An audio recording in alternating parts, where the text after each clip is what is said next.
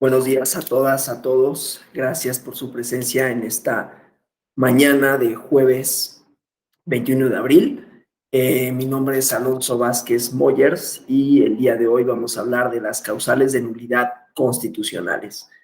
Me disculpo por la voz, tengo un pequeño problema de garganta.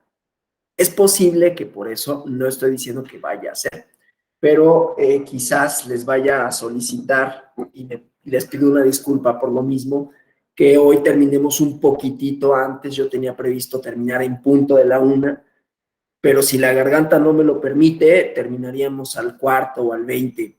Insisto, reitero las disculpas. De todas maneras, me voy a tomar aquí una pastillita para que me abra un poquito la garganta, pero la verdad es que no puedo hablar mucho. Vamos, y me disculpo también por el sonido del dulce, pero necesito un poquito refrescar la garganta, ¿no? Bueno, vamos a comenzar sin mucho preámbulo para hablar de estas cuestiones relativas a las nulidades constitucionales, ¿no? Ya han visto a lo largo de este diplomado que las nulidades en materia electoral no son un tema nuevo, ¿no? Han estado presentes a lo largo de la historia, digamos, de la historia constitucional mexicana. La evolución, los contenidos de los ordenamientos electorales que han regulado, regido las elecciones federales, nos permiten ver que las nulidades se pueden clasificar de distintas maneras desde el principio del constitucionalismo mexicano, ¿no? Una primera época de 1821 a 1856. Nada más estoy trazando un panorama histórico, ¿no? Luego vamos a ver ya propiamente la clase vemos un panorama histórico, vemos algunas cuestiones relativas a la taxatividad, es decir, que están previstas en la norma.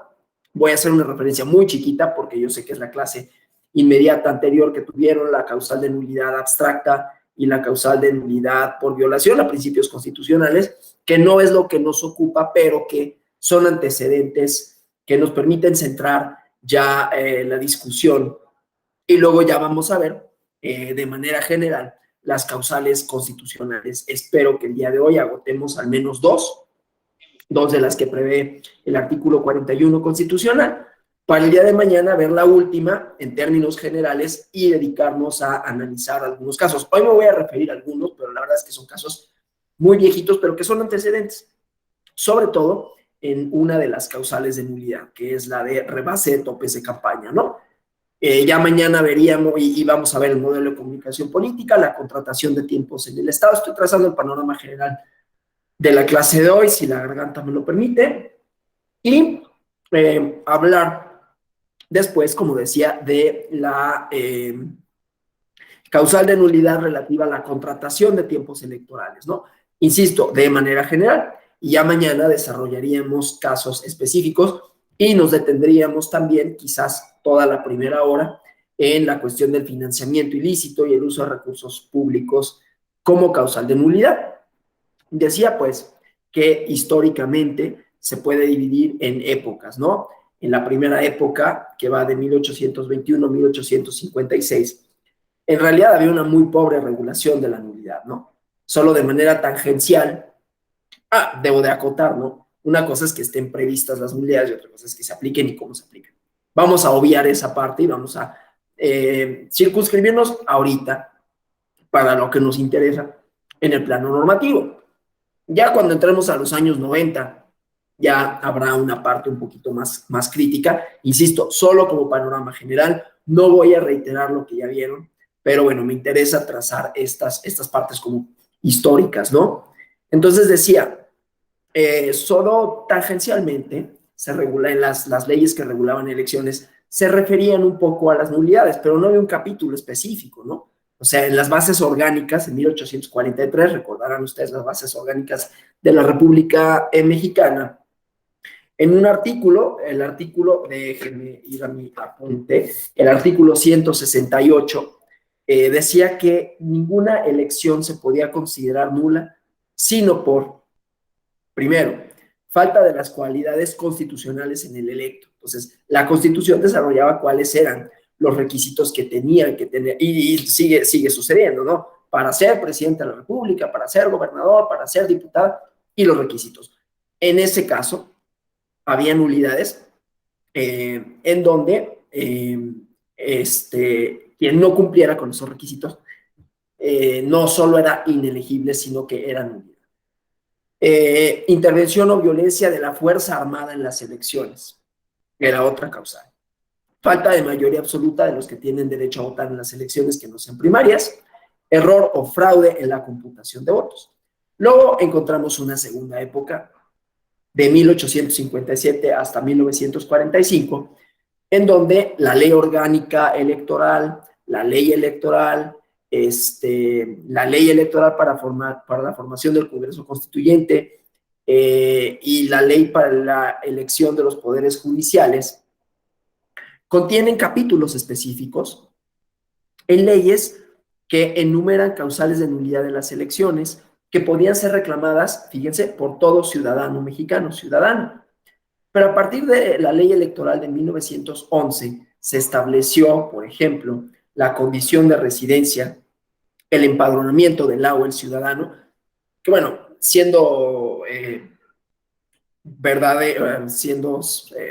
precisos, era ciudadano, no había derecho de voto ni de ser votadas para las mujeres.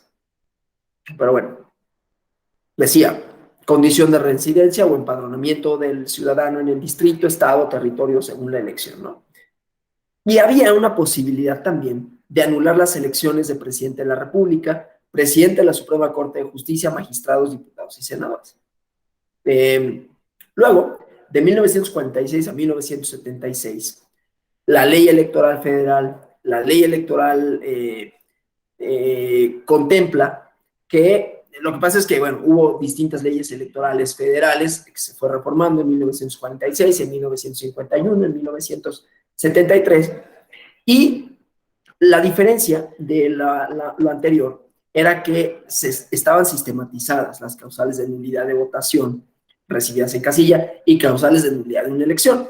Incluso en la ley electoral federal de 1946 se incluyó una enumeración de las causas por las cuales el voto de un elector sería nulo. Igualmente, en esta época se estableció que además de los ciudadanos avecindados o empadronados, los partidos políticos y sus candidatos podían reclamar la nulidad del voto, o la nulidad de la votación recibida en casilla, o la nulidad de la elección. Cosas que ustedes ya saben, han visto en este diplomado, ¿no? Y luego, la Ley Electoral Federal de 1973 contempló por última vez, hasta hace relativamente poco, la posibilidad de anular la elección presidencial. Luego, en 1977, está la cuarta época, ¿no? Que termina por ahí de los años 90, 93, 94, y está la famosa Ley Federal de Organizaciones Políticas y Procesos Electorales, la LOPE, ¿no? El Código Federal Electoral de 1987, el Código Federal de Procedimientos Electorales y las reformas que se le siguieron en los años 90, ¿no? En esta época se estableció que solo los partidos políticos podían reclamar las causas de nulidad y que ésta se tenía que establecer a partir de un recurso específico. La Suprema Corte de Justicia de la Nación tenía además la competencia para la revisión de la calificación de las elecciones y de tribunales electorales para conocer y resolver las causales de nulidad que se hicieran valer. En 1977, regresando, ¿no? Cuando se reforma el artículo 60 constitucional, se configura un recurso de reclamación en la Ley Federal de Organizaciones Políticas y Procesos Electorales. Y se le dio a la Suprema Corte de Justicia de la Nación la competencia como un tribunal de derecho, no como un órgano político electoral, para que conociera de las reclamaciones que formulaban los partidos políticos en contra de resoluciones del colegio electoral. Recordemos que era un sistema electoral distinto, ¿no? Que estaba esta idea de la autocalificación, pero bueno, por disposición constitucional, si la Suprema Corte consideraba que se habían cometido violaciones sustanciales en el desarrollo del proceso electoral o en su calificación, lo haría del conocimiento de la Cámara para que emitiera una nueva resolución que sería definitiva e inatacable. O sea, había pocas, digamos, facultades, por decirlo de alguna forma, ¿no? Y el medio de impugnación que procedía para hacer valer estas causas de nulidad era un recurso de queja que conocía y resolvía el Colegio Electoral de la Cámara de Diputados. Luego, la reforma de 1987, seguimos en esta cuarta época, con el Código Federal Electoral, ya que se habían derogado, ¿no?, bases estructurales del recurso de reclamación. Se incluyó el primer tribunal electoral, el Tribunal de lo Contencioso Electoral, ¿no? Ya han escuchado de él, el TRICOEL, que era un organismo autónomo administrativo y que conocía de los recursos de queja que interpusieran los partidos políticos para hacer valer causales de nulidad, y las resoluciones de estos solo se podían modificar por el colegio electoral de cada cámara. Luego, las reformas electorales del año 1990, recordemos, antecedido, en el 87 también tuvo como las reformas respondían, y cada una de las reformas electorales en realidad, ¿no?, han respondido a dialécticas de conflicto, ¿no? En el 87, por ejemplo, 85, 86, 85, los sismos en la Ciudad de México, no solo en la Ciudad de México, pero que fue la entidad más afectada. Hubo acusaciones en 86 de fraudes electorales y se convocó, ¿no?, a unos foros para que distintos actores políticos, académicos, periodistas participaran en la confección de una nueva ley electoral. Luego, en el año 88, que fue particularmente convulso en términos electorales, y con ello siguieron las reformas de los años 90, entra en vigor el Código Federal de Instituciones y Procedimientos Electorales, se crea el Tribunal Federal Electoral, ya distinto del anterior, porque es un órgano jurisdiccional autónomo. Conocía de los recursos de inconformidad que se interpusieran por los partidos políticos, en donde se hacían valer causales de nulidad, y las resoluciones, cuando reunían ciertos requisitos, podían todavía, o sea, seguimos viendo acotadas facultades del tribunal, ser modificadas o revocadas por los colegios electorales mediante el voto de 2/3 partes de sus miembros presentes, ¿no? En esta legislación electoral se dio otra vez la facultad de intervención a los candidatos, pero solo como coadyuvantes, ¿no? Bueno, en esa época, voy a hacer una referencia en ese sentido. Estamos hablando de un momento de taxatividad, digamos, ¿no? En los recursos que se hicieron valer, perdón por las dificultades para hablar, ¿no?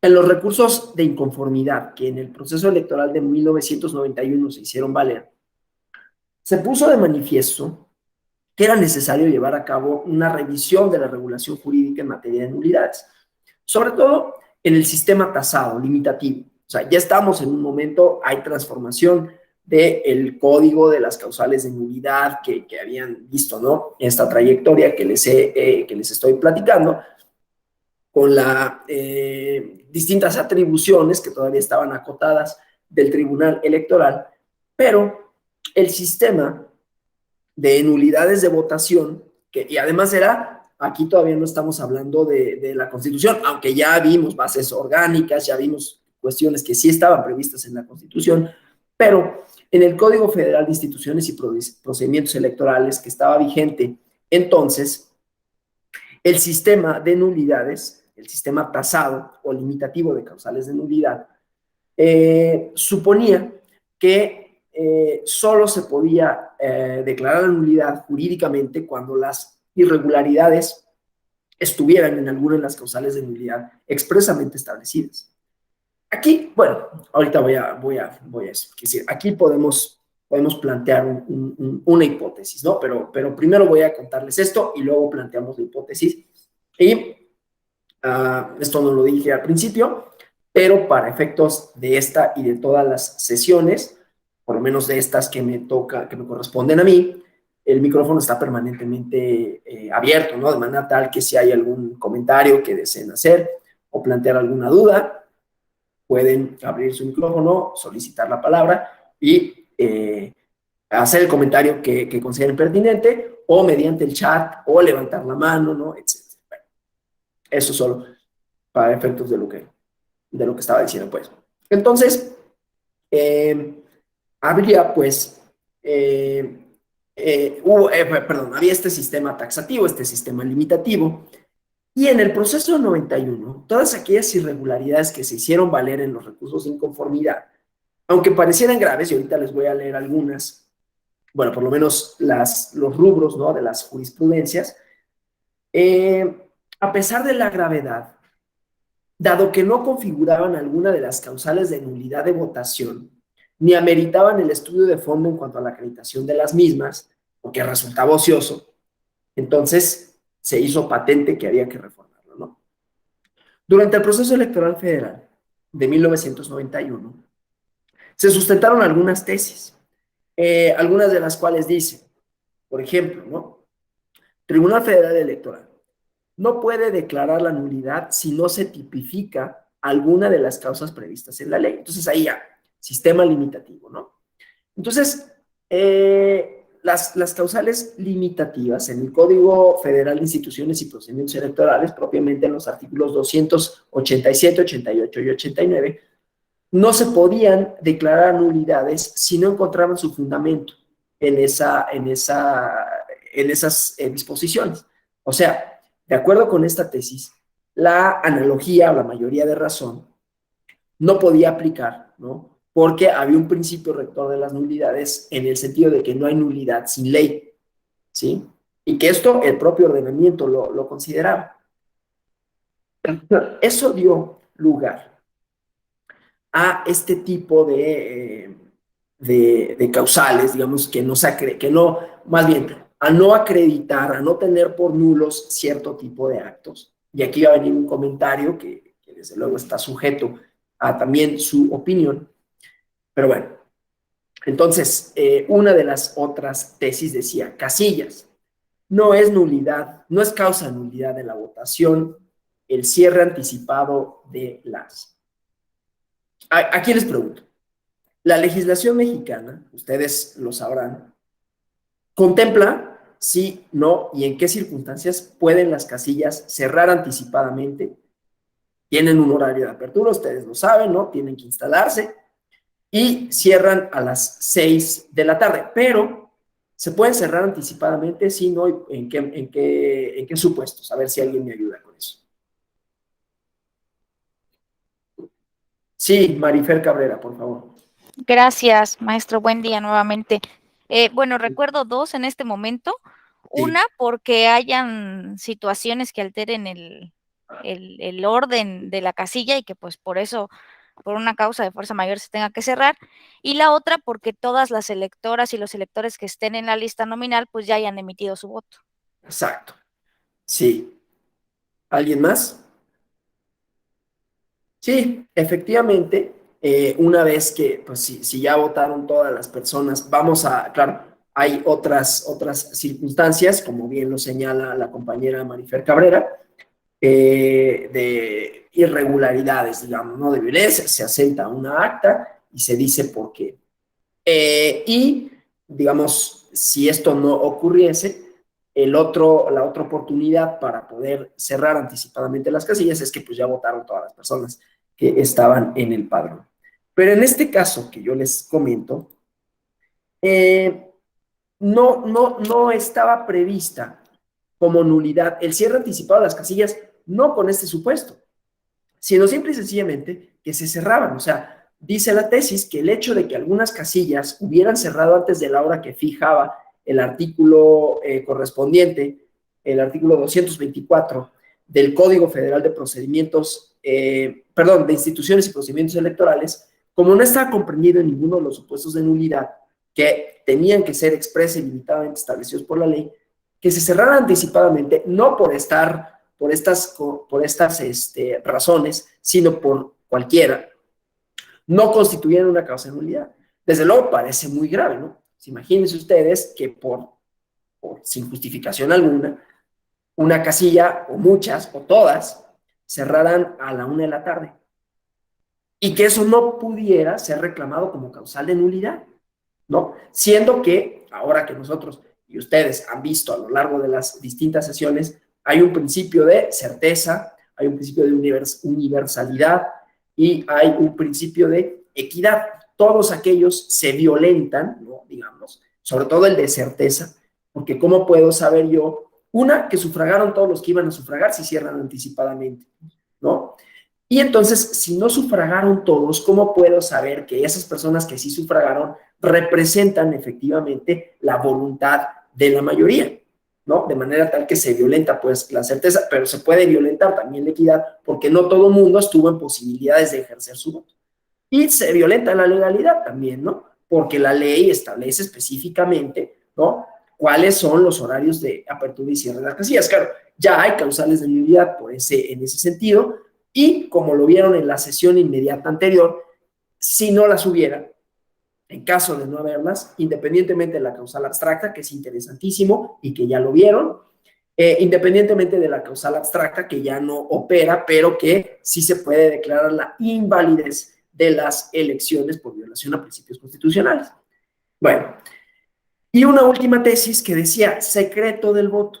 No constituye causal de nulidad la falta de respeto al, o sea, ahora no solo es una causal de nulidad, ¿no? Puede ser causal de nulidad en una casilla o puede ser causal de nulidad en varias de estas. Desde luego, hay algunos otros elementos que se deben de acreditar, pero que además constituye un delito electoral, ¿no? Pero bueno, en ese momento decía, independientemente o no de que resulte cierta la afirmación de quienes recurren, no lo estoy leyendo desde luego textual, pero que cuando no se respetaba el secreto del voto, como otra vez no estaba previsto en el Código Federal de Instituciones y Procedimientos Electorales como causal de nulidad, entonces no podía hacerse valer como tal.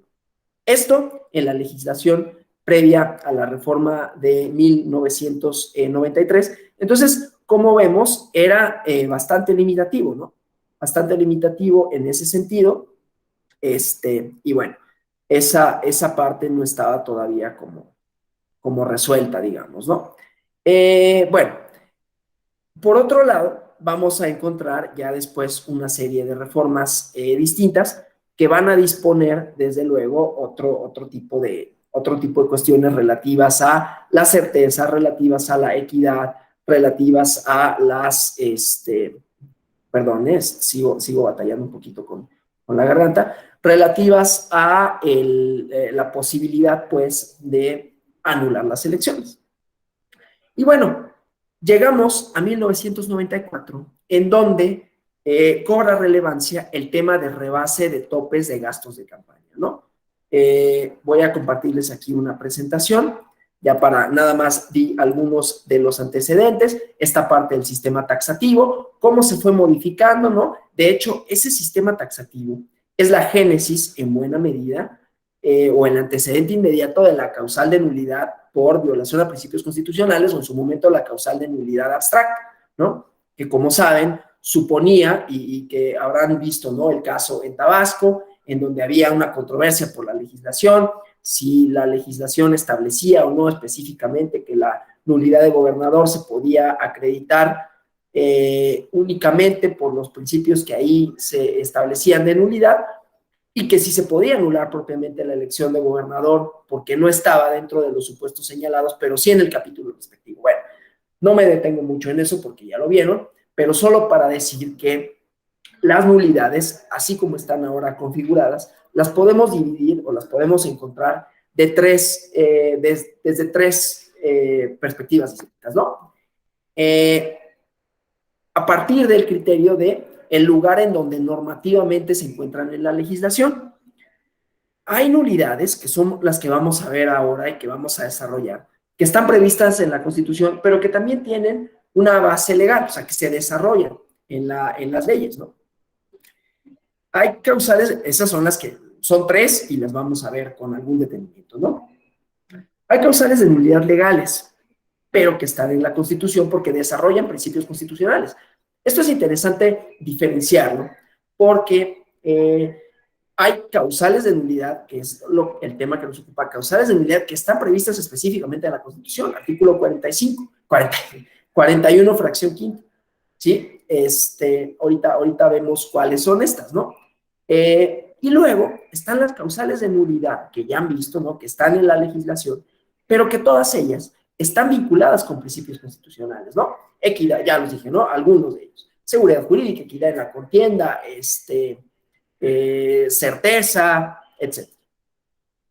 Esas normas prevén causales de nulidad legales, pero tienen un asidero constitucional, ¿sí?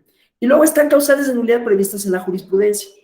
Hubo una prohibición, ya lo vieron en la clase inmediata anterior, la reforma de 2007, regresó de alguna forma a un sistema taxativo, ¿no? Y más o menos habrán conocido, ¿no?, la génesis de por qué el sistema regresó, digamos, de esa manera, y la reforma de 2007, aunque se le dio una interpretación después muy interesante en el caso Acapulco, que seguramente revisaron, que era la cuestión que la elección de 2006, controvertida como fue, en todos los ámbitos, no en el ámbito político, en el ámbito jurisdiccional, en el ámbito constitucional, había la posibilidad, o no se sabía bien si había, de anularla por la causa genérica, ¿no? Entonces, para eso se estableció un capítulo específico, las causales de nulidad del presidente de la República, y en el artículo correspondiente constitucional, 99 constitucional, no se establecía, ¿no?, como bien si solo se podía invocar esa para la elección presidencial o no, y eso fue lo que dio lugar a la interpretación. A lo que voy es que los principios constitucionales normalmente van a estar relacionados con las causales de nulidad legales. No obstante, queda esta salvedad de la declaración de invalidez porque no se cumplen y toda la discusión que hay alrededor, que es, perdón, interesantísima. Lo que vamos a ver aquí no es propiamente eso ya lo vieron, sino que el artículo 41 constitucional dispone supuestos, ¿no?, expresamente, de cuando se trata de violaciones, ¿no?, causales de nulidad, pues, expresamente previstas en la Constitución. Ahora sí voy a compartir la presentación de PowerPoint. Denme nada más un segundo.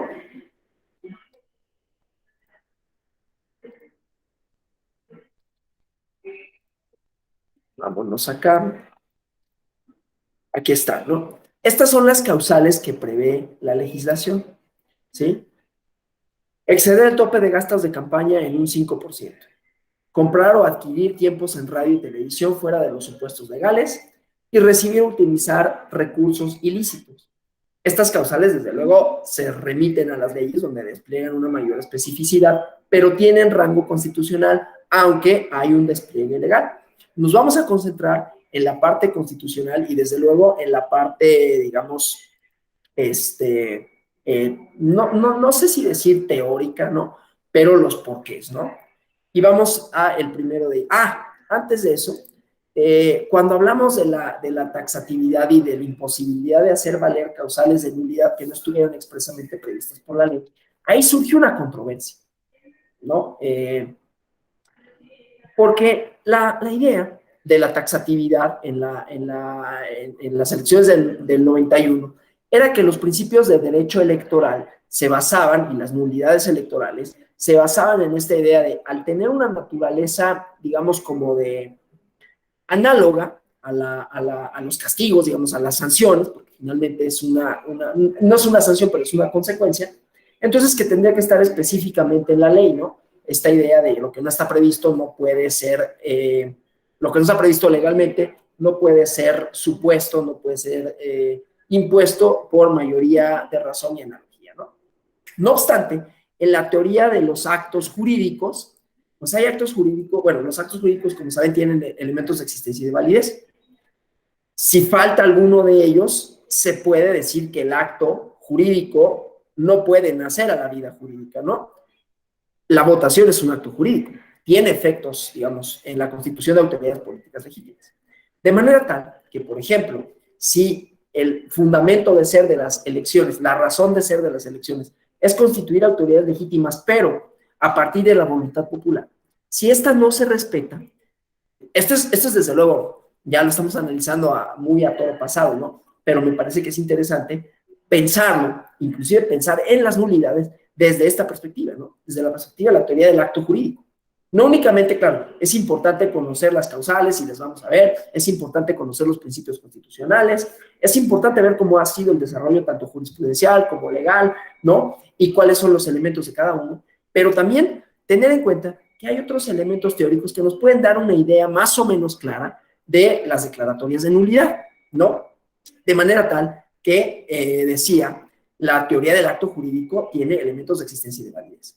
Cuando alguno de estos no se cumple, y siendo, como me parece que es, las elecciones un acto jurídico por los efectos que tiene, entonces es válido, creo, que se pueda declarar, o que se puedan declarar nulidades, o que se puedan analizar nulidades a partir de esto, ¿no? A partir de la teoría del acto jurídico. ¿Cuáles son los elementos que precisan de la existencia y la validez de una elección? Y entonces ahí podemos desarrollar tanto los principios constitucionales como la propia legislación, ¿no? E ir haciendo una argumentación en ese sentido. Bueno, eso solo lo quería mencionar para efectos de pensar que las limitaciones, aun cuando sean limitaciones legales, siempre van a poder ser analizadas con base en esto, ¿no?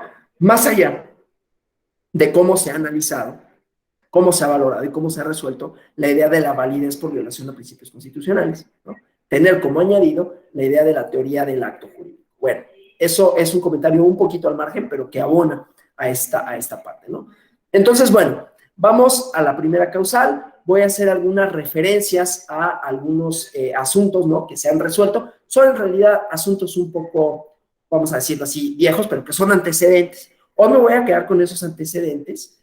Mañana vamos a desarrollar ya asuntos que son más novedosos, digamos, más nuevos, en cuanto a rebase de topes de gastos de campaña. Vamos a analizar algunos juicios de inconformidad, pero hoy solo quiero plantearlo de manera general y algunos ejemplos para después pasar a la idea de la contratación de tiempos oficiales, ¿no? Perdón, la contratación de tiempos en radio y televisión, la reforma de 2007, el modelo de comunicación política, porque es la segunda causal de nulidad, y mañana nos referiremos ya a casos específicos y a la última de las causales. Bueno, el tema de rebase tope de gastos de campaña, como vemos en la presentación, se inscribe en las consideraciones sobre la equidad de la contienda, uno de los principios constitucionales fundamentales, ¿no? Desde 1994, buena parte de la discusión de las reformas electorales tenía que ver justamente con los recursos que usaba el partido gobernante de entonces, ¿no?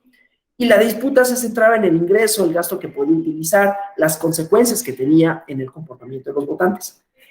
Entonces, en esta reforma se establecieron límites a las fuentes de ingresos, lo cual implicó reducir las aportaciones privadas, incrementar las públicas y la revisión al uso de recursos, ¿no?, ya fueran de origen privado o público, con lo que se constituyeron los topes de gasto de campaña.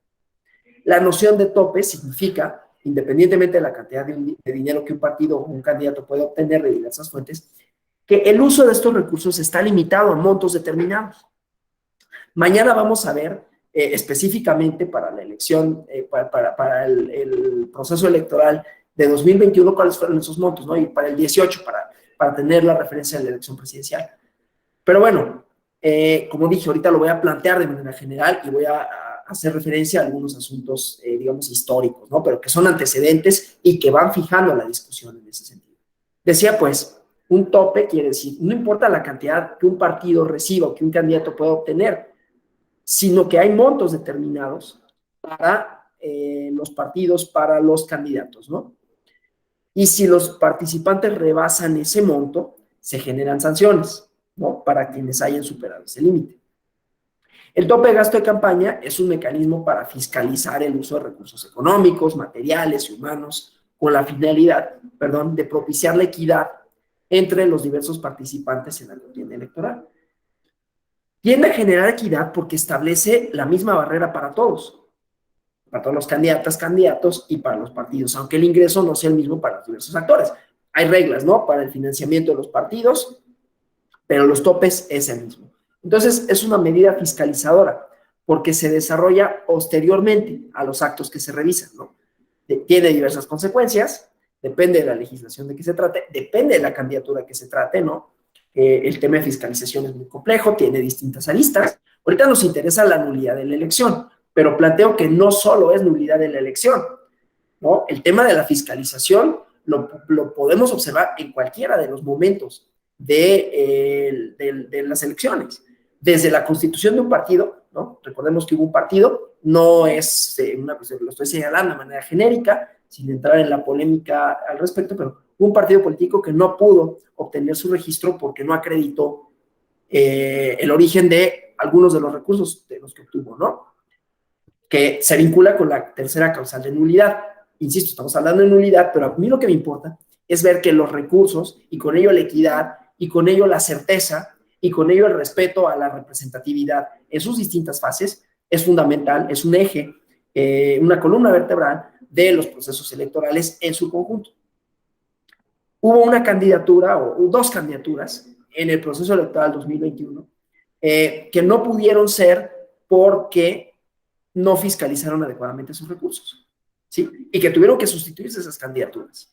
Bueno, entonces el tema del dinero, el tema de la fiscalización, vinculado al tema de la equidad en la contienda, es fundamental en todas las etapas del proceso electoral, pero además es tan importante que también el rebase de topes de campaña, que se vincula con la fiscalización, que se vincula con el origen de los recursos, que se vincula con cómo se gastan y cuánto se gasta y en qué se gasta, y que se tiene que dar informe de ello, tiene las consecuencias más importantes para una elección, las más nefastas, digamos, para los partidos y para las propias autoridades y para la propia ciudadanía, que es la nulidad, ¿no?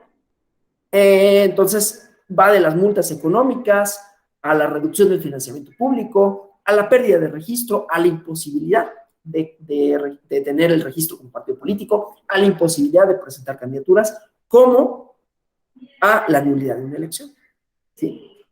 Entonces, en el ámbito federal, los procesos electorales, las legislaciones electorales de 1996 y 2008 estipulaban multas, reducción de financiamiento, pérdida de registro, ¿no? Y en el plano local, aquí estoy hablando de 96 y 2008, luego vemos las reformas constitucionales, los congresos incorporaron en sus legislaciones otras determinaciones, ¿no? Para cuestiones relativas al rebase de topes de gastos de campaña. Entonces, bueno, voy a avanzar aquí en la presentación, ¿sí? Vamos a ver primero esta jurisprudencia, ¿no? Esta contradicción de criterios, esto sí en términos actuales, para luego ir a los antecedentes, ¿no? Entonces, se puede, ya decía yo, ha tenido un desarrollo jurisprudencial distinto, legal diferente también, pero además tiene consecuencias jurídicas diferentes, ¿no? Entonces, en el artículo 41, bases quinta y sexta, inciso A, penúltimo párrafo de la Constitución, vienen los elementos a partir de los cuales un proceso comicial, cuando se exceden los gastos de campaña en un 5% del monto total autorizado, cuáles son los elementos para poder decir que se tiene que anular la elección, o que es la consecuencia por el rebase de topes de campaña, que aquí es importante, el rebase de topes de campaña, que ya vimos la diferencia, hay un gasto de campaña y el tope que es lo máximo que pueden gastar y no es los recursos que se le entregan al partido político, sino que, y lo veremos desglosado el día de mañana, para cada elección, para cada candidatura, hay un tope, hay un monto máximo que pueden gastar, ¿no? Entonces, poniendo el ejemplo, digo, a lo mejor es ocioso y ustedes ya lo saben, ¿no? Pero por decir una cantidad, que desde luego no es esa cantidad, que los partidos políticos reciban para las campañas electorales 100 pesos. Ni que diga, bueno, a mí solo me importa la elección presidencial, así que esos 100 pesos van a esa y los demás se quedan sin lana. Eso no puede ser. Y vamos a suponer, se tasa, ¿no? Se hace una gradación, y entonces van a decir, bueno, para la elección presidencial el tope es de 40 pesos. Para la elección de diputados, el tope y diputadas, el tope es de 20 pesos. Y así sucesivamente, ¿no? Bueno, entonces, como causal de nulidad constitucional es que se rebasen en un 5% del monto total autorizado, ¿sí?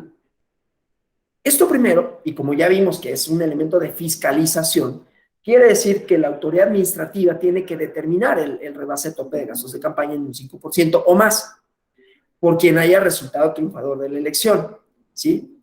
Y que esa determinación haya quedado firme, ¿sí? O sea, que haya pasado las impugnaciones y que las impugnaciones respectivas se haya dicho efectivamente, tiene razón el INE cuando haya hecho esta determinación. Luego, como regla general, quien sostiene la nulidad de la elección con esta premisa, tiene que acreditar que la violación fue grave, dolosa y determinante. La determinancia, el criterio de determinancia, ¿sí? Esto quiere decir que haya afectado de manera grave la equidad en la contienda. La carga de la prueba de este carácter determinante depende de la diferencia de la votación. Cuando sea igual a mayor al 5%, entonces la carga de la prueba, la acreditarla, está a cargo de quien considera que es inválida la elección. Si este porcentaje es menor del 5% de la votación, la misma, o sea, esta idea de la invalidez, constituye una presunción relativa y entonces se revierte la carga de la prueba, ¿no? Claro, el juzgador, la juzgadora, tiene que analizar el contexto de cada caso y analiza si se actualiza o no esta parte, ¿no? Pero bueno, entonces vemos aquí cuestiones relativas a carga de la prueba y esto proviene de una contradicción de criterios, ¿no? En donde, y me voy a referir un poquito a esto, ¿no? Porque había una interpretación distinta con relación a los alcances del artículo 41, base inciso A, ¿no? Con respecto a este elemento de determinancia de la causal de nulidad, ¿sí? Entonces, bueno, voy a referirme un poquito a esto. En un juicio, el juicio JRC 65/2016, se decía, para acreditar el requisito de determinancia, ¿no? En los supuestos de nulidad, no solo se tiene que tomar en cuenta el elemento cualitativo, ¿no? La gravedad, sino que, que esta cuestión no era suficiente para que se obtuviera, se acreditara la nulidad de la elección. O sea, para la determinancia, me interesa mucho el criterio de determinancia, ¿no? Es pertinente, dice aquí, que hubiera estas cuestiones estos elementos, pues, ¿no? Las violaciones que tenían que ser graves, dolosas y determinantes, ¿no? Primero, tienen que presentarse los números de prueba idóneo, ¿no? Para acreditar la existencia de irregularidades graves. Y hay, como decía, una presunción de determinancia cuando la diferencia de la votación obtenida entre el primero y el segundo lugar fuera menor al 5%, ¿sí? Entonces, bueno, en la ley de medios de impugnación en materia electoral se reitera igualmente la idea de las nulidades en las elecciones por violaciones o las violaciones referidas, ¿no? Y entonces hay ciertos parámetros a partir de las cuales se puede considerar, decía en esta sentencia que se controvirtió y que fue motivo de la jurisprudencia que les cito, ¿no? Y que estamos viendo aquí en la presentación, y donde se establece cuáles son, pues, los elementos para que se configure, y sobre todo la idea de la determinancia, ¿no? Cuando las violaciones son determinantes. Entonces, decía, la elección será nula, de acuerdo con esto, cuando objetiva y materialmente se acredite, insisto, este es uno de los criterios que contendieron, y después vemos el otro criterio y que dio origen a esta jurisprudencia, ¿no? Entonces, uno de los contendientes rebasó en más del 5% el tope de gastos de campaña, primer elemento, y que ello afectó sustancialmente principios electorales, ¿no? Que se pone en peligro el resultado de la elección, que esta conducta tuvo el elemento de dolo, ¿no? O sea, se hizo a sabiendas de que era ilícito para obtener un beneficio indebido, que fue determinante, este rebase fue determinante en el resultado del proceso electoral, ¿sí? Entonces, esto se presume, además, cuando en las elecciones la diferencia entre el primero y el segundo lugar fuera menor al 5%, ¿sí? Entonces, bueno, el hecho a probar, pues, cuando se trata de que el exceso en el gasto de campaña en un monto superior al 5% del autorizado es relevante, se tiene que probar el impacto que genera en el resultado de la elección, ¿sí? Por eso se establece una presunción para acreditar esta determinancia, la diferencia entre el primero y el segundo lugar que sea menor al 5%. Entonces, cuando la diferencia entre el primero y el segundo lugar sea mayor al 5%, esta determinancia, ya lo vimos, porque es uno de los elementos, tiene que acreditarse a partir de otros elementos, ¿no? La violación consistente, esto, ¿no? El exceso, el rebase de tope de gastos de campaña en más de un 5%, pero se tienen que valorar otros factores. La afectación a los principios rectores del principio electoral y entonces ver si la violación resultó trascendente de manera tal que sea determinante, ¿no? O sea, que esa violación haya tenido una incidencia específica en los resultados, ¿no? Entonces, eso por un lado. Entonces, por otro lado, en criterios de otra sala regional, establecían que la determinancia para que la irregularidad prevista en este artículo 41, base sexta, la determinancia lo sería cuando la diferencia entre el primer y segundo lugar sea menor del 5%, y si no se cumple este requisito, no había determinancia. O sea, a diferencia de lo que se sostenía en el primer criterio, donde, bueno, cuando sea mayor del 5%, habrá que tener otros elementos en cuenta, pero acá la otra sala regional decía, si es mayor del 5%, no hay posibilidades de considerar que fue determinante para anular la elección, ¿sí?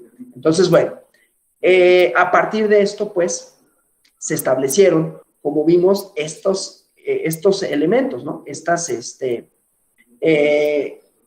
Esta línea jurisprudencial en donde efectivamente decíamos, cuando se trata de más del 5%, sí se puede acreditar que hay una nulidad por esta razón, pero hay que tomar en cuenta otros factores y esta idea de la reversión de la carga de la prueba. O sea, respecto a la determinancia, atendiendo a la naturaleza de la determinancia, ¿no? Es un elemento que se debe de ponderar para establecer si se actualiza para el supuesto de la nulidad de la elección. Entonces, se debe interpretar en el sentido que solo en los casos en que la diferencia entre el primero y el segundo lugar sea menor al 5%, se actualiza la presunción, ¿no?, juris tantum, de que la irregularidad fue determinante, en el entendido que hay otros elementos que se tienen que acreditar, ¿no?, que prevé el propio artículo 41 de la Constitución. Le impone esto la carga de la prueba a quien pretende desvirtuar la presunción, los actos válidamente electorales, válidamente emitidos, ¿no? Cuando la diferencia sea mayor al referido porcentaje, entonces quien aduce dicha nulidad, la carga de la prueba del carácter determinante de la irregularidad es a quien le corresponde, ¿sí? Entonces, en esta interpretación, ¿no?, para establecer el criterio, ¿no?, se hace pues la idea de se hace una interpretación también del artículo 41, base quinta constitucional, que establece como supuesto de la nulidad de la elección, esto del rebase de topes de gastos de campaña, fija los requisitos necesarios para su actualización, que es una regla de rango constitucional, ¿no? Y entonces, la determinación de estos principios, ¿no?, relativa a la nulidad de la elección, se relaciona con otras disposiciones de orden constitucional, ¿no? Principios de constitucionalidad y de legalidad. Asimismo, y por eso hago referencia al artículo 41, base quinta, principios rectores de la materia electoral, certeza, legalidad, independencia, imparcialidad, ¿no? Luego, en el artículo 60, segundo párrafo de la Constitución, también las determinaciones sobre los resultados electorales emitidos por la autoridad administrativa electoral, ¿no? Esto ya lo habíamos visto, pueden ser impugnadas ante las salas regionales del Tribunal Electoral y, obviamente, en aras de garantizar los principios de constitucionalidad y legalidad, de acuerdo con el artículo 99 constitucional, es el Tribunal Electoral del Poder Judicial de la Federación quien, en forma definitiva e inatacable, puede resolver o tiene la facultad de resolver las impugnaciones en contra de las resoluciones dictadas por autoridades electorales en las elecciones de presidente, diputados y senadores a nivel federal. Bueno, entonces, cuando hablamos de estos elementos, entonces, hay que hablar de algunos de los principios constitucionales. Ya decía, ¿no?, el hecho de que haya una regulación constitucional no lo desvincula de principios constitucionales, no lo desvincula del hecho de que el acceso a los recursos, el rebase de topes de campaña, esté ligado a principios constitucionales, entre ellos la equidad en la contienda, ¿no? Que los contendientes tengan idénticas oportunidades de obtener el voto, ¿no?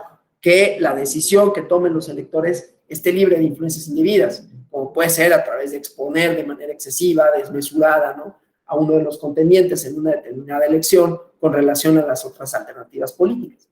Entonces, las autoridades electorales, administrativas y jurisdiccionales, pues se tienen que asegurar que todas y todos quienes participan en los procesos electorales tengan una, como establecen en las diversas sentencias de la sala superior,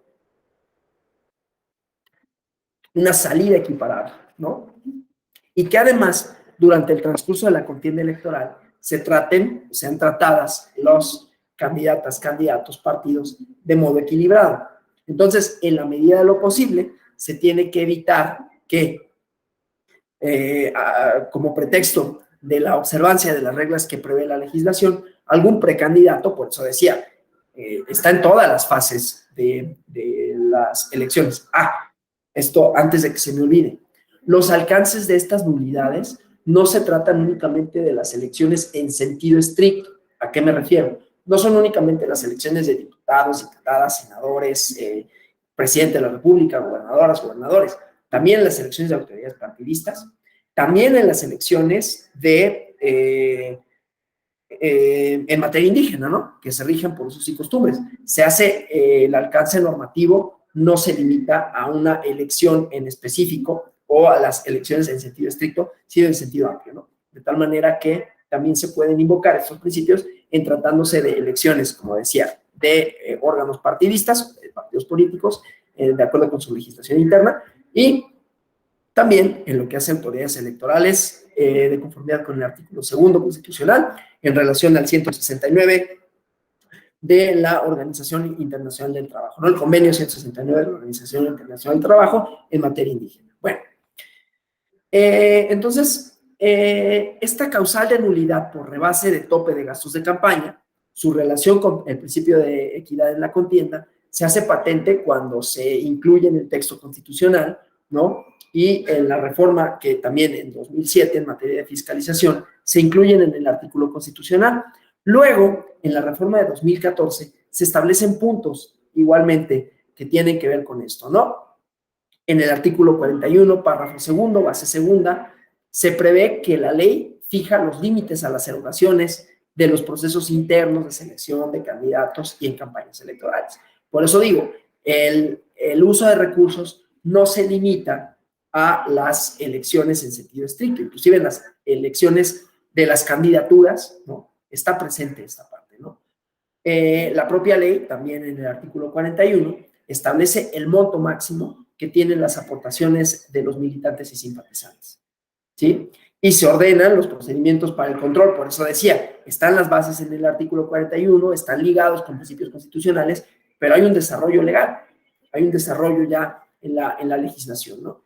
Y entonces ahí en la ley se establecen montos máximos para las aportaciones de militantes y simpatizantes, los procedimientos para controlar, fiscalizar, vigilar durante la campaña, el origen y el uso de los recursos con que cuenten, y se establecen las sanciones, ¿no? El régimen sancionador, cuando se incumplen esas disposiciones.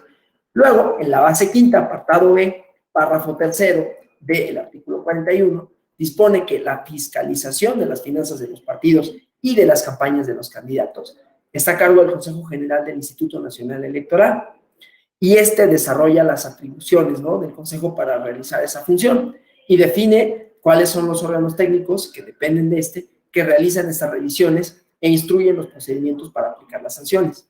Entonces, lo que se busca, lo que busca la legislación es propiciar condiciones de equidad, ¿no?, entre las y los participantes en los procesos electorales, para que los recursos económicos, y hay muchos antecedentes de esto, ¿no?, de que los recursos económicos eran el motivo que decidía el resultado electoral.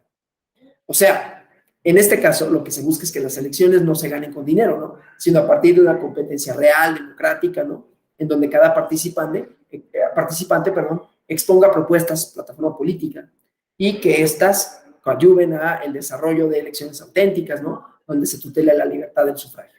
Entonces, la existencia de topes de gastos de campaña busca fomentar la equidad en la contienda, impedir que las diferencias que pueda haber en cuanto a los recursos de que disponen los partidos afecten las posibilidades reales de competencia, y desde luego evitar que los gastos de los partidos políticos sean desmedidos, ¿no?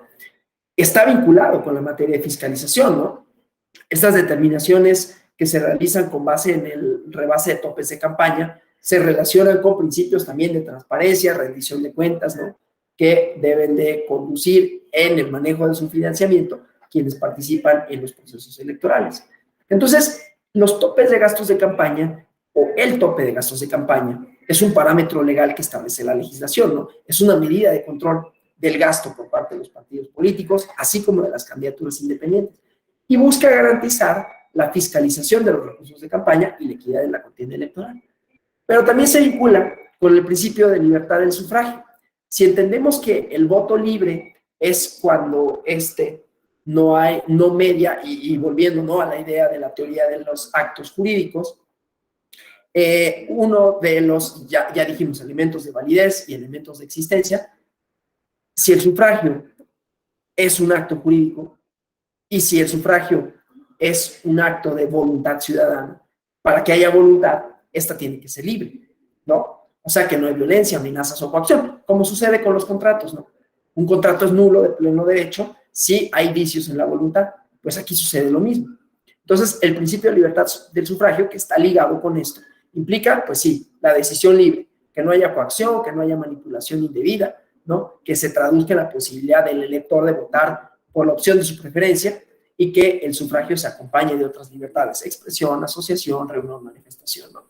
Entonces, la libertad respecto al voto, pues es no nada más, o no se debe entender únicamente como ausencia de violencia física, sino también desde la perspectiva del elector que actúa con plena conciencia sobre las consecuencias de sus actos.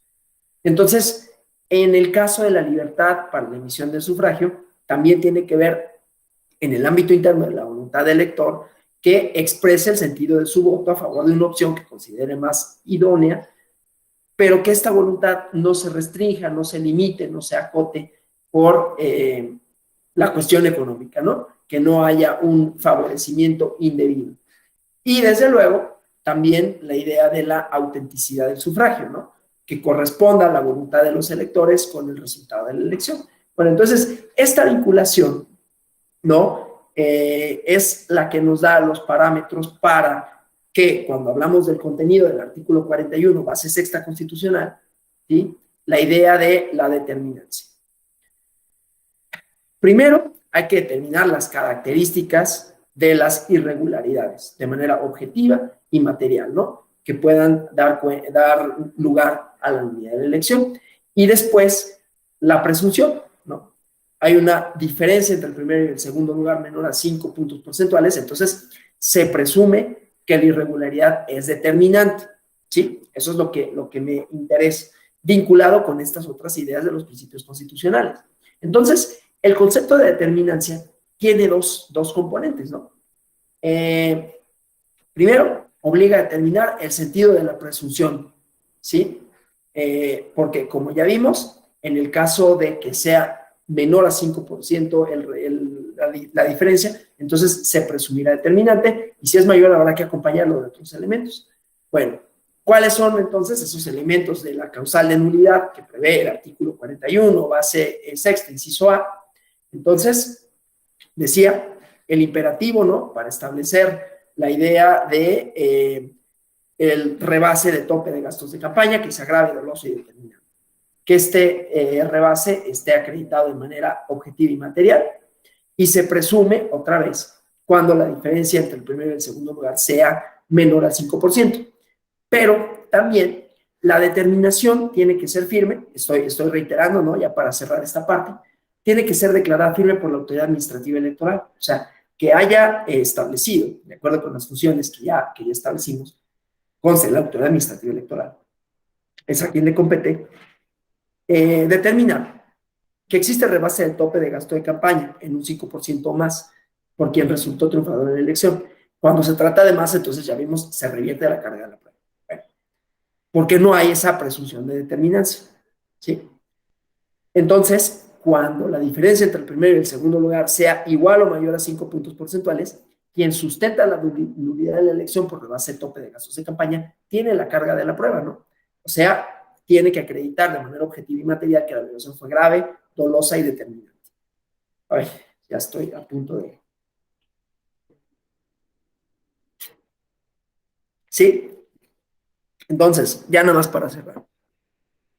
Se distribuye pues la carga probatoria con la gravedad e intencionalidad de la violación, ¿no? ¿Quién tiene que acreditar la gravedad e la intencionalidad de la violación?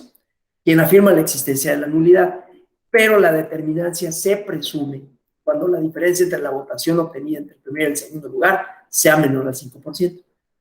Esto con aras de proteger los principios constitucionales en materia electoral, ¿no? Y entonces vemos aquí los distintos elementos que se tienen que acreditar para actualizar la causal de nulidad de la elección por rebase a tope de gastos de campaña. Violaciones graves, dolosas y determinantes que se deben de acreditar de manera objetiva y material, ¿sí? Entonces, la determinancia, de acuerdo con esta evolución constitucional, ¿no? Cuando se trata de la nulidad de una elección, tiene la finalidad de proteger la voluntad popular, pero también que no cualquier irregularidad tenga como consecuencia, y esto para las nulidades en general, ¿no? La nulidad de la elección, sino que tienen que tener una magnitud tal que definan el resultado de la elección, ¿sí? Bueno, eso con relación a esto. Vamos a ver algunos antecedentes, ¿no? Esta es ahorita lo que sí planteé, lo que estoy planteando, es el contenido, la interpretación, los alcances del artículo 41 constitucional, ¿no? En su base sexta, inciso A, que es el primero de los supuestos de nulidad de elección previstas en la Constitución. Y ya vimos, ¿no? Todos los elementos, qué es lo que se debe acreditar, quién lo debe acreditar, qué es lo que se protege, con qué principios constitucionales está vinculado, ¿no? Bueno, es que estoy pensando, miren, ¿saben qué? Ahorita me voy a brincar porque no sé cuánto me dure más la garganta. Entonces me voy a brincar los asuntos, voy a pasar me voy a brincar una diapositiva para irnos a esta otra parte, ¿no? Que es el siguiente inciso. Tenemos aquí alguna pregunta, algún comentario, no. Si lo tuviera, por favor, háganmelo saber, ¿no? Si vamos bien hasta aquí, si ha quedado claro, por favor también díganmelo, si no es así, para poder, ¿cómo se llama? Detenerme en algún elemento. Siguiente causal de nulidad, me voy a regresar en la diapositiva para que las veamos, ¿no? Contratar o adquirir cobertura informativa o tiempos de radio y televisión fuera de los tiempos permitidos. Aquí tiene errores de dedo, perdón. Permitidos, comprar o adquirir. ¿Sí? Entonces, bueno, voy a guardar para que no. Esto nos lleva a otro supuesto, la contratación de tiempos en radio y televisión, ¿no?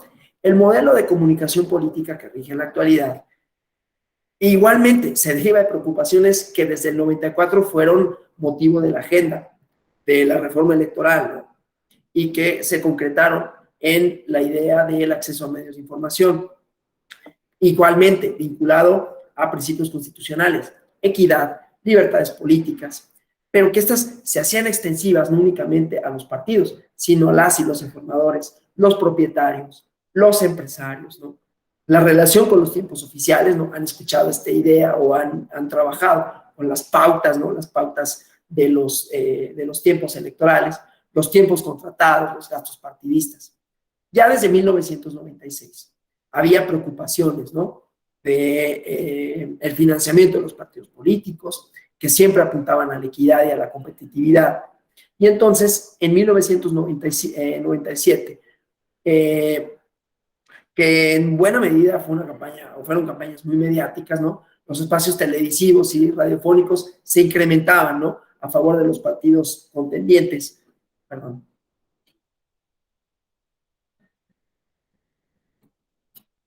Entonces, en ese momento, la posibilidad de contratar espacios en radio y televisión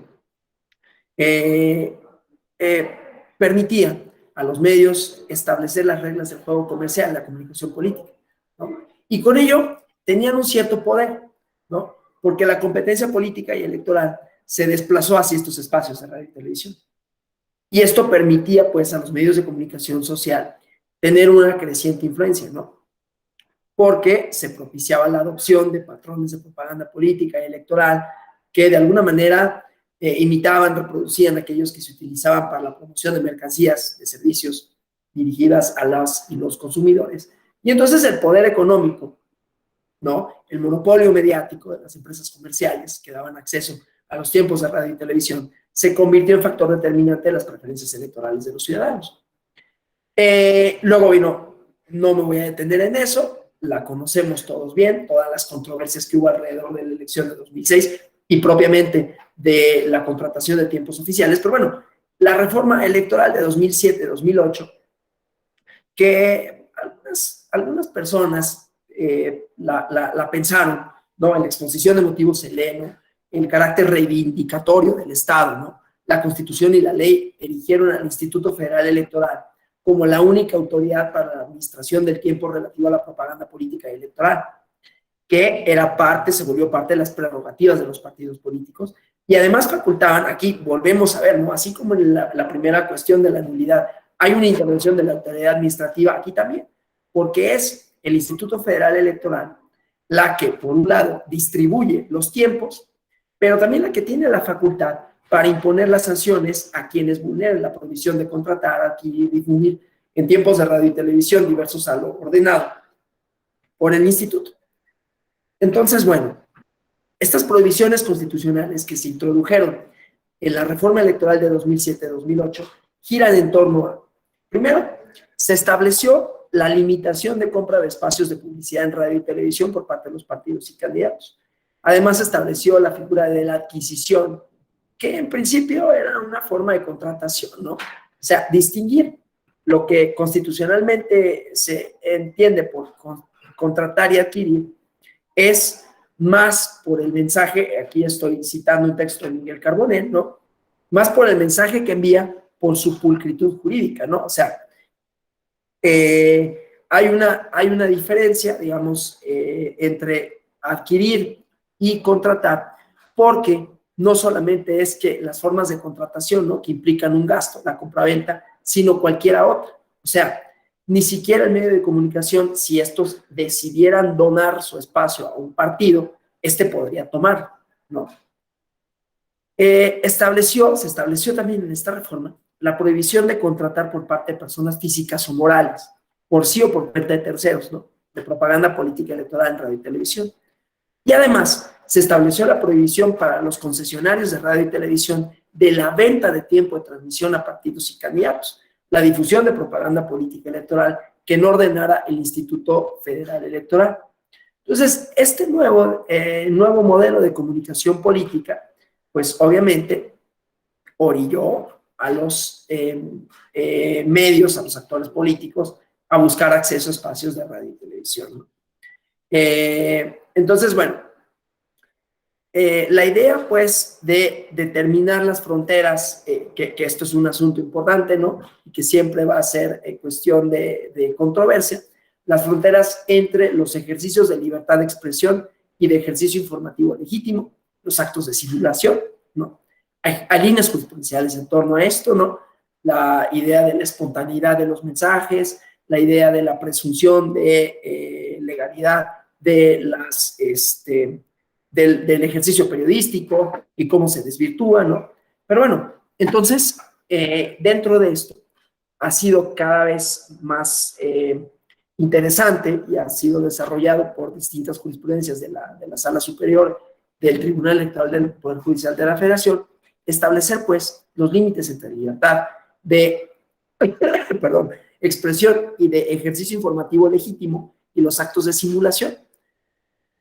Actualmente, casi cualquier ejercicio informativo se denuncia, ¿no? Entonces, en no pocas ocasiones se realizan análisis no solo del contenido denunciado, sino de otros factores que rodean la contienda.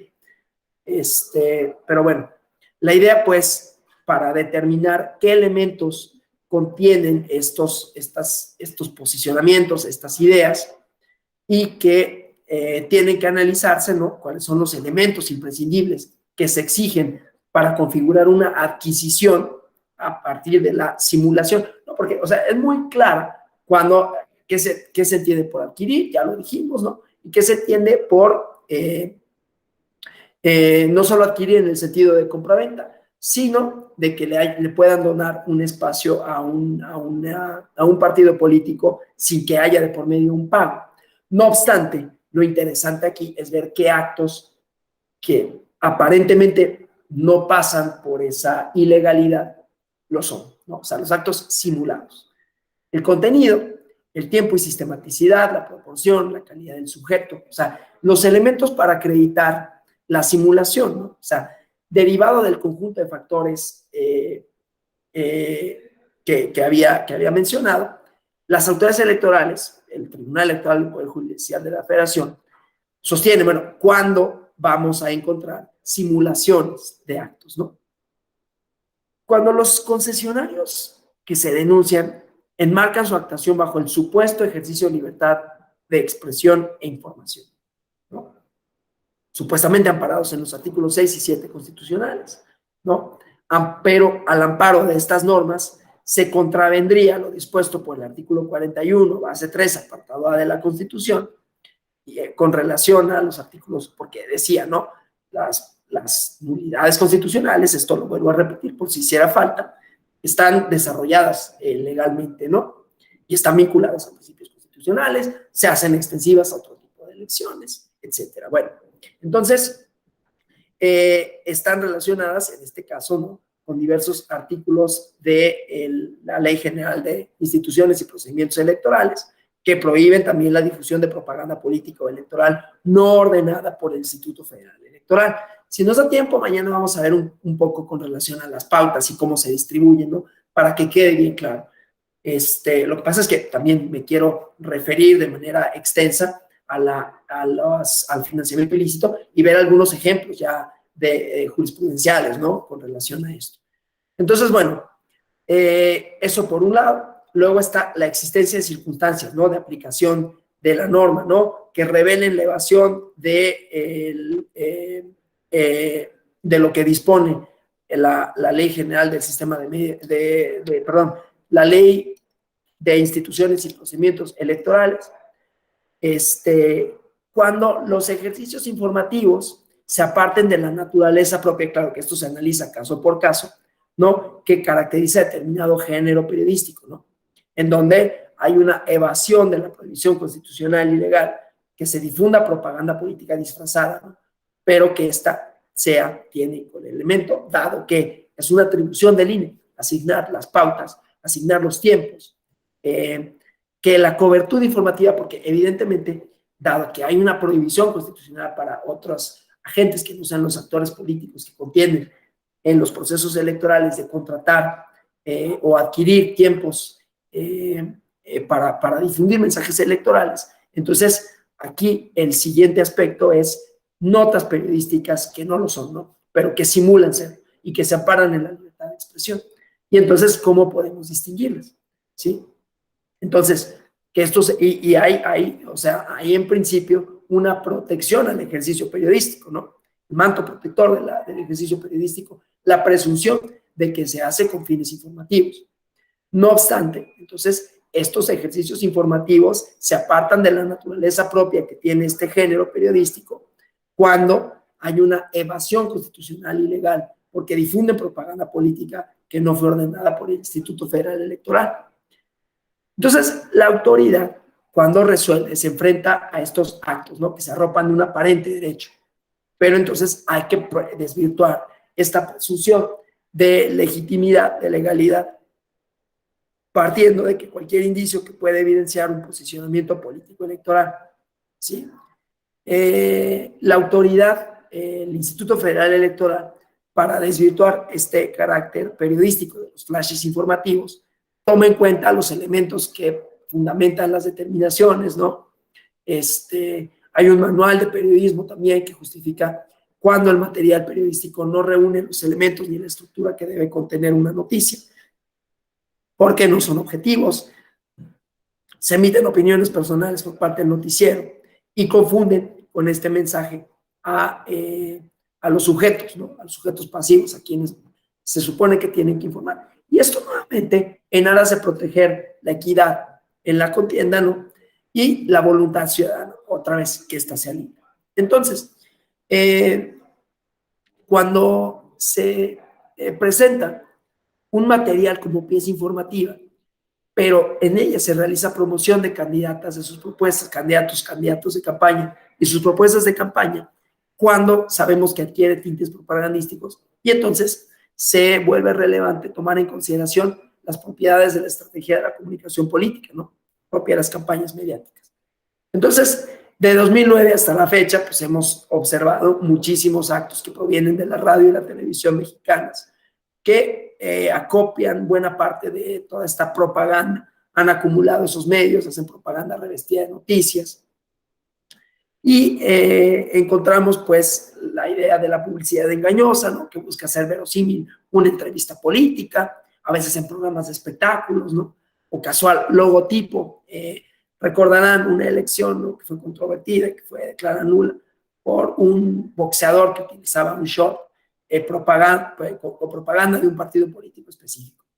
Entonces, cuando los criterios encontrados, los criterios que subsisten en cuanto hacia el estándar probatorio en la adquisición, ¿no? O sea, los actos de adquirir y contratar previstos en el artículo constitucional requieren, primero, que la conducta prohibida, o sea, la contratación o la adquisición de tiempos en radio y televisión, tiene lugar cuando la difusión de propaganda en esos medios electrónicos se produce por un acuerdo previo de la empresa y el partido político, candidato o algún tercero.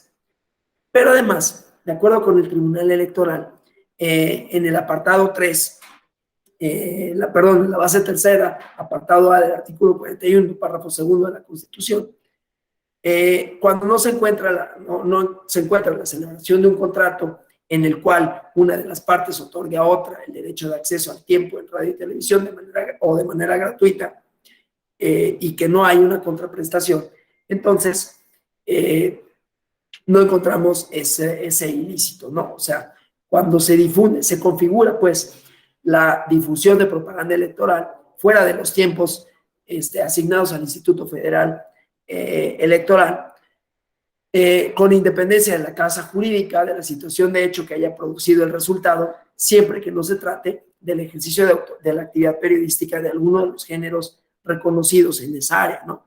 Claro, hay casos en que se puede demostrar la existencia de algún acuerdo, planeación previa, o sea, estos son elementos que van a configurar la causal, ¿no?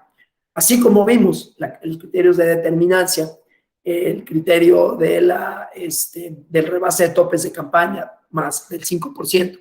En este caso, también la contratación o adquisición tendría que haber algún acuerdo, no existir para que se acredite, algún acuerdo, planeación previa, invitación, oferta para difundir propaganda electoral, ¿no? Entonces, hay que comprobar, pues, que alguno o varios de estos actos acreditan la infracción, ¿no?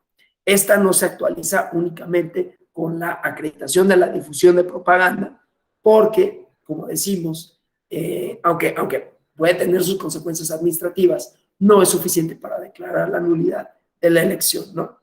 Entonces, entre los elementos esenciales que integran este ilícito, o sea, la adquisición, no se encuentran solo la celebración de un contrato en virtud del cual cada una de las partes u otra tenga acceso a tiempo, aire, en la radio y la televisión o de manera gratuita, a cambio de un pago o contraprestación en dinero o especie.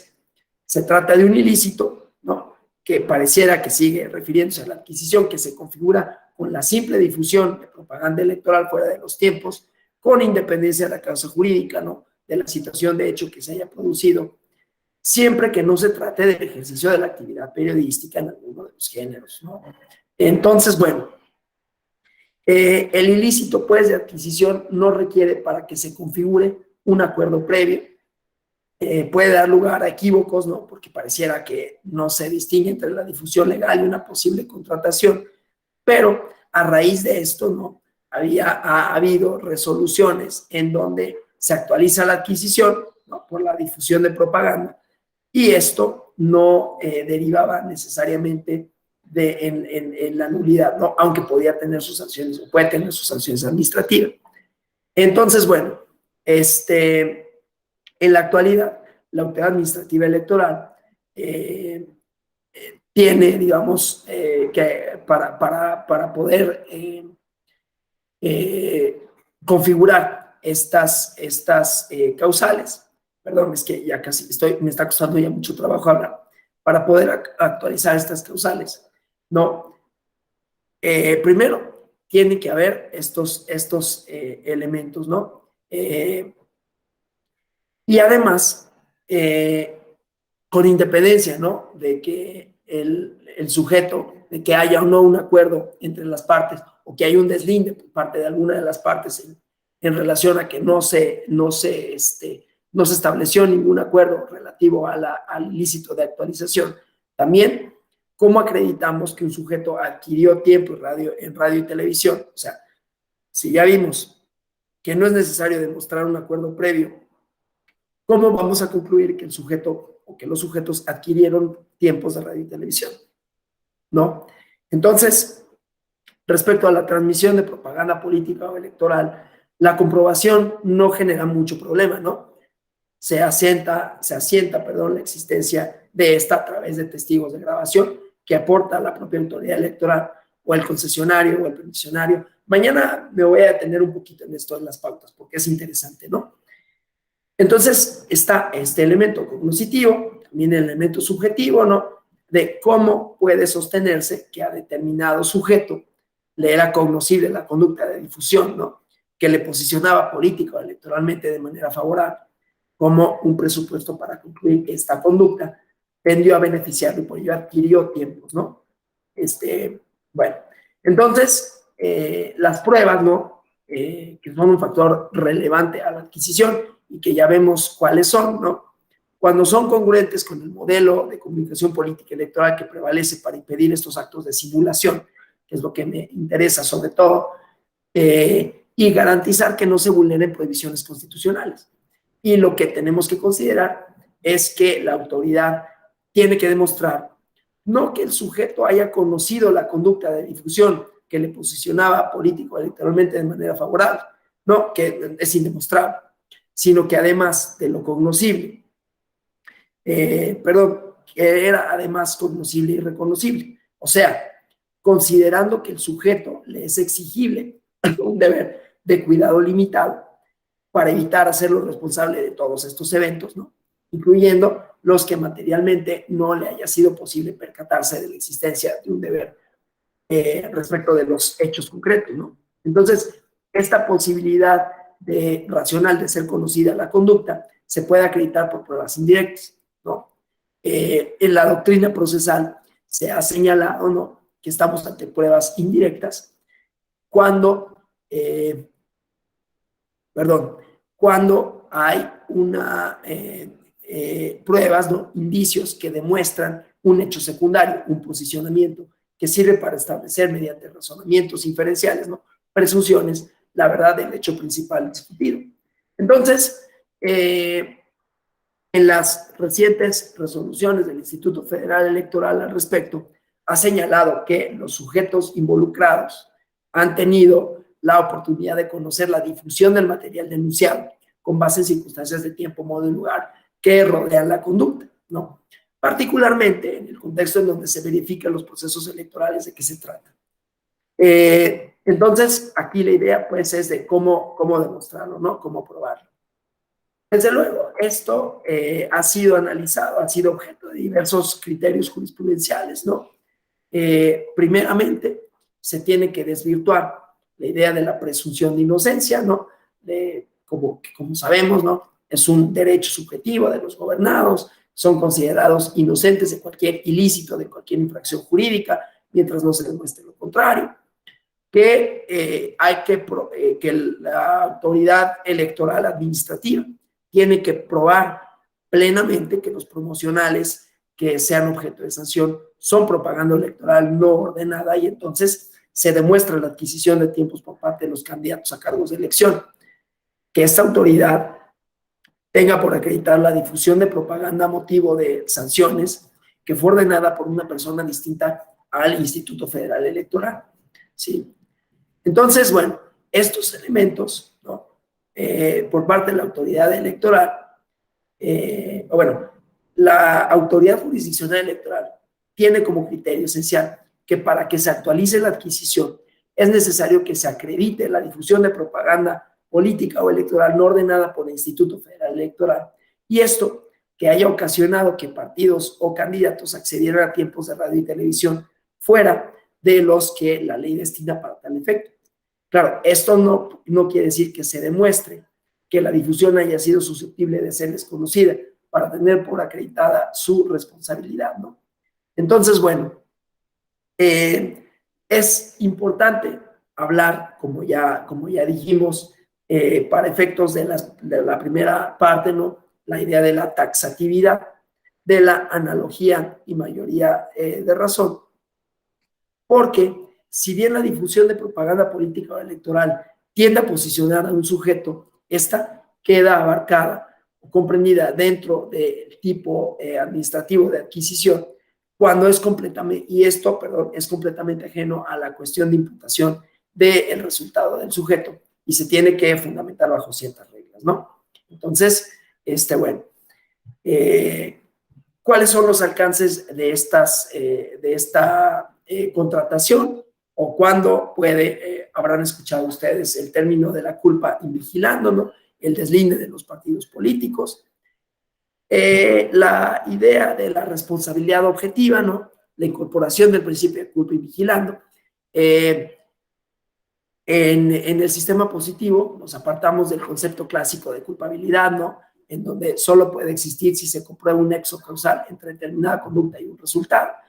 Pero la figura que ostenta como garante el partido político le obliga a garantizar también que la conducta de sus dirigentes, esto para hasta dónde se hace extensivo, ¿no? O sea, aquí estamos hablando de la causal en general, cuáles son sus elementos, cómo se prueba, pero cómo se hace extensivo en el caso de las sanciones. O sea, la nulidad es una consecuencia, ¿no? Y se tiene que acreditar que hubo una serie de, ya sea de adquisición o de contratación de tiempos, que ya vimos cuáles son sus diferencias, que la autoridad administrativa es la que está facultada para establecerlo. Y ahora, ¿qué pasa con el partido político en la determinación de responsabilidades, no? Entonces, el partido político es también un sujeto garante, ¿no? Y obliga, pues, que garantice que la conducta de sus dirigentes, trabajadores, miembros, militantes, incluso terceros, ¿no? Se ajuste a los principios del Estado democrático. Entre estos elementos, pues, destaca el respeto absoluto a la legalidad, ¿sí? De tal manera que las infracciones que cometan también son correlativas al incumplimiento de la obligación garante, ¿no? Que determina la responsabilidad por haber aceptado o tolerado conducta realizada dentro de las actividades propias del partido político. Entonces, esos, digamos, son algunos de los elementos centrales.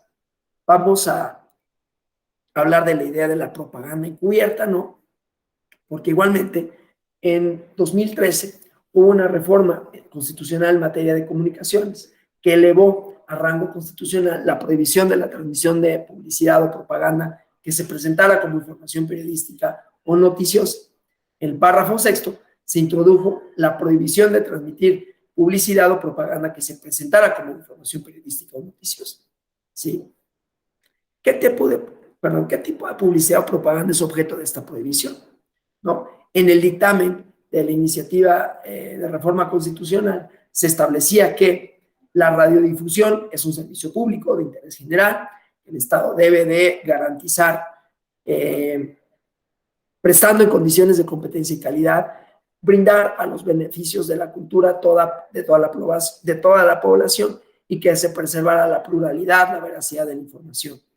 Se buscaba que se asegurara el acceso al mayor número de personas a contenidos que promovieran la integración nacional, la formación educativa, cultural, cívica y algunos otros elementos, pues, ¿no? Perdón. Entonces, únicamente en el dictamen de esta iniciativa se hablaba que la prohibición de emitir publicidad o propaganda electoral presentada como noticiosa con la finalidad de evitar la transmisión de publicidad engañosa sin afectar la libertad de expresión. Y se hablaba, pues, de la prohibición de publicidad engañosa. Entonces, estas restricciones a las que nos hemos referido, ¿no? Que supone el modelo de comunicación político-electoral que rige en la actualidad, los sujetos regulados, pues, han buscado acceso a espacios de radio y televisión a través de mecanismos alternativos, ¿no? Que de manera velada o subrepticia permiten difundir propaganda político-electoral, a veces ilegal, arropada bajo aparentes ejercicios informativos, y ha motivado a las autoridades electorales, administrativas y jurisdiccionales que se vayan configurando los contornos de ilicitud, ilícito del modelo comunicativo que se presenta en los medios de radio y televisión. Por eso mañana voy a tener esta parte de las pautas, ¿no?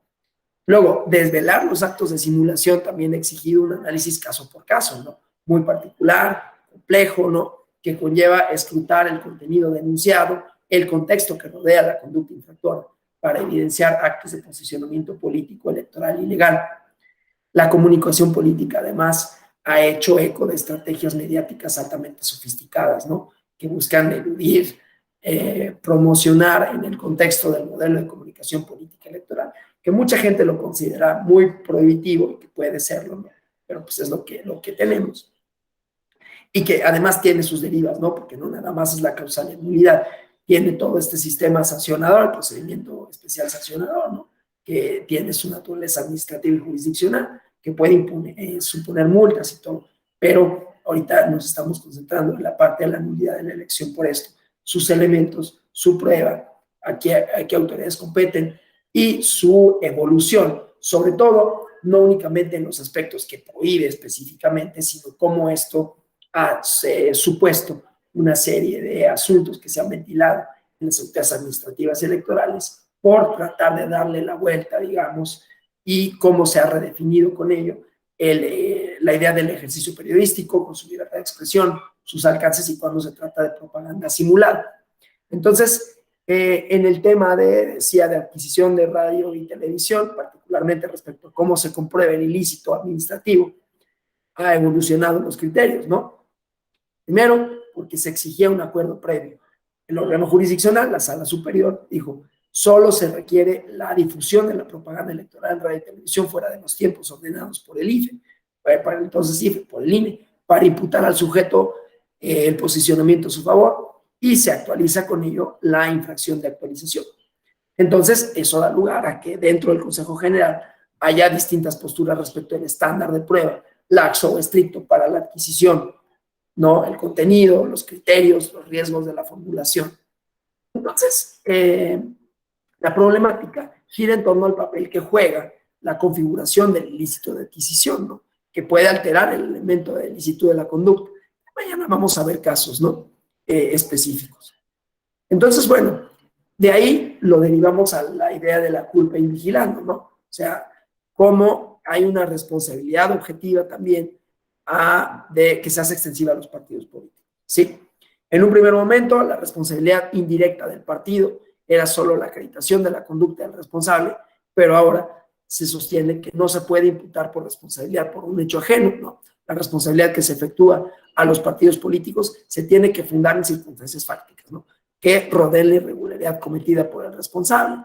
Y bueno, es posible concluir, pues, que tanto en la adquisición como en la culpa invigilando está el deber de cuidado, ¿no? Y todo esto ligado a los principios constitucionales a los que había hecho referencia. El día de mañana vamos a desarrollar más estas primeras dos causales de nulidad, pero primero me voy a referir, así como hoy, de manera general, a los recursos de procedencia ilícita, la importancia nuevamente de la fiscalización, y ya nos concentraremos en algunos juicios, ¿no? Que han desarrollado tanto líneas jurisprudenciales como resuelto algunas cuestiones relativas a estas tres fracciones, ¿no? Estas tres causales. ¿Hasta aquí alguna pregunta, algún comentario que deseen formular?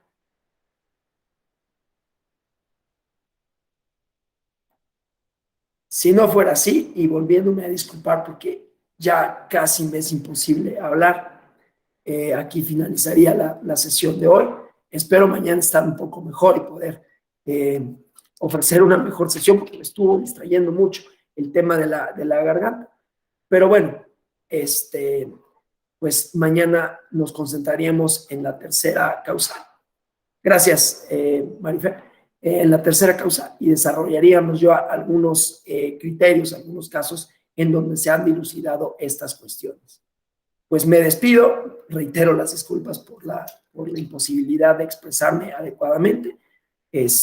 Nos vemos el día de mañana. Muchas gracias.